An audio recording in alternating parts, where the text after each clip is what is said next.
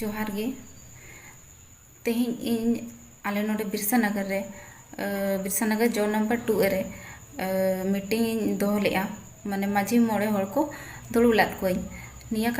कारण दुड़ुब लाद कोआ जे आले ओड़ा रिन बार हड़ एटा जाति रेकिन जावाई अकना अदो ओना इंदो इन्या मेन दो ओना नोआ आको ठेन दोहो ली जे एटा जाति रेकिन जावाई अकना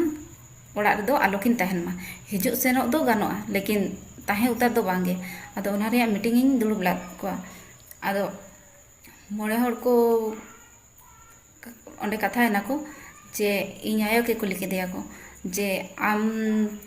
चेलकाम हिसाब ते अगू कदिन पेड़ा रूप ते से नोका अदो इन आयो लेके इन दो नोंका गे अगू कद किने इन जहां तीन धबी जीवित तहने उन धबी दो नोडे तहन वाकिन अदो मोड़े हड़ को मेन किया ठीक गया ओड़ा रिन जहां मेन मालिक कने उनी जहां मेने ओना गे हुआ अदो ओना गे हुआ अदो एनखान इन दो मोड़े हड़ ठेन चे लगी चलाइनी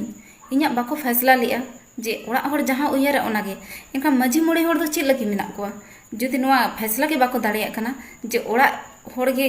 क्लियर माय तो मोड़े हड़ मा रिया चे दरकार बांग और उनको जाति दाका हो चे लगी एम दरकार जाति दाका हो बांग एम दरकार जाति ओना को हो बांग जम दरकार नोआ को चे लगी माने इन ओना चिका आपे ठेन चलालनी जे नोआ रे फैसला इन्या पे लेकिन बाको फैसला लिया ओना चिका इन तो पारगाना ठेन नोआ कुकलिंग दोया जे चे सरी नोका गे हुआ आपो समाज रे जे आको तो चेद बाको फैसला दाड़े एनखान मोड़े हर कोनो लाभ बनुआ तो इन तो पारगना ठेन कुकली दोहो कई नोंका तो चेदा हुयुग कना जे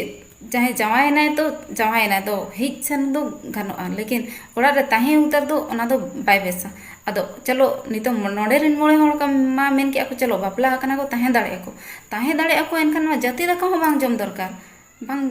लगती अदो इन पारगना ठेन इन गे मेना जे आस जे